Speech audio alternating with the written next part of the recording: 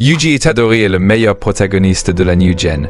Au premier abord, il a tout l'air du protagoniste de shonen classique pendant les 4 premiers arcs du manga. Cependant, le personnage prend une toute autre dimension à mon sens durant l'arc de Shibuya. L'introspection et la remise en question d'Itadori face au système des exorcistes sont d'une justesse inouïe. En effet, dès le début du manga, il est présenté comme quelqu'un de spécial, un génie de l'exorcisme.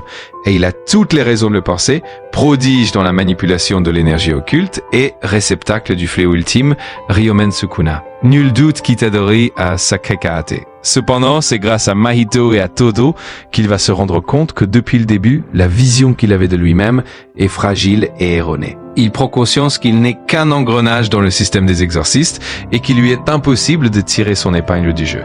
Sa résolution d'exorciser les fléaux sans se poser de questions, puisque les fléaux ont pour objectif de maudire les êtres humains de la même manière, est très révélatrice. On peut même rapprocher cela de notre monde actuel. Un monde où l'individualité est artificiellement mise à l'honneur, car sans toujours en avoir conscience, chacun de nous contribue à un système économique qui nous dépasse et dont il est difficile de se défaire, le capitalisme. C'est en réalisant que nous ne sommes pas aussi spéciaux qu'on le prétend que l'on peut mieux comprendre les rouages du monde qui nous entoure et appréhender de façon réaliste notre propre place. Il en va de même pour Itadori, qui se rend compte que, dans le monde des exorcistes, il n'est qu'un pion, un élément d'un mécanisme qui le dépasse entièrement.